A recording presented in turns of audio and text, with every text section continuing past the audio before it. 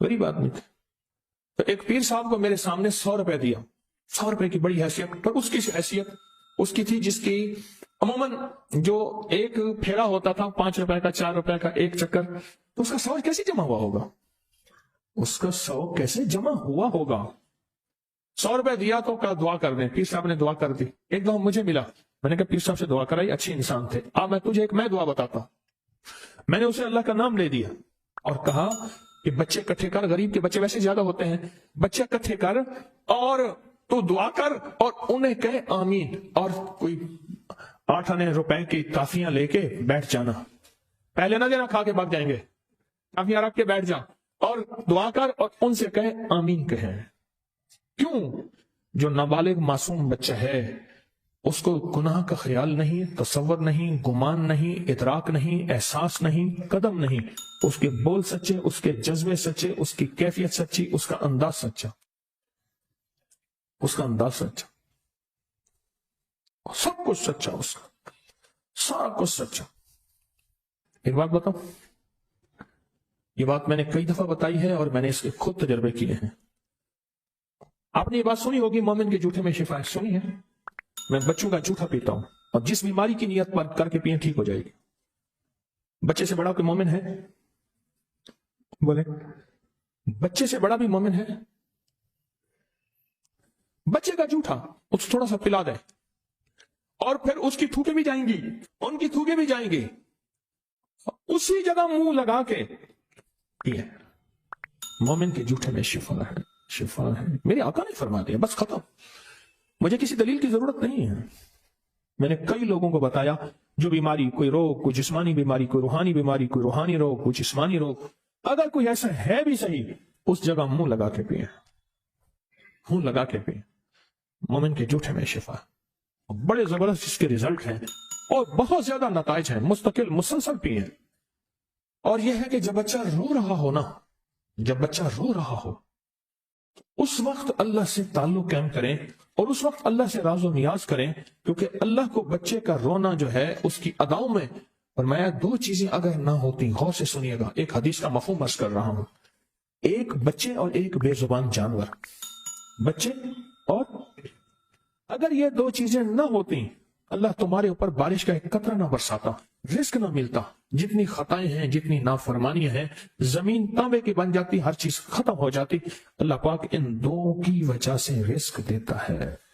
ان 2 کی وجہ سے، ان 2 کی وجہ سے اللہ رزق دیتا ہے. ان 2 کی وجہ سے.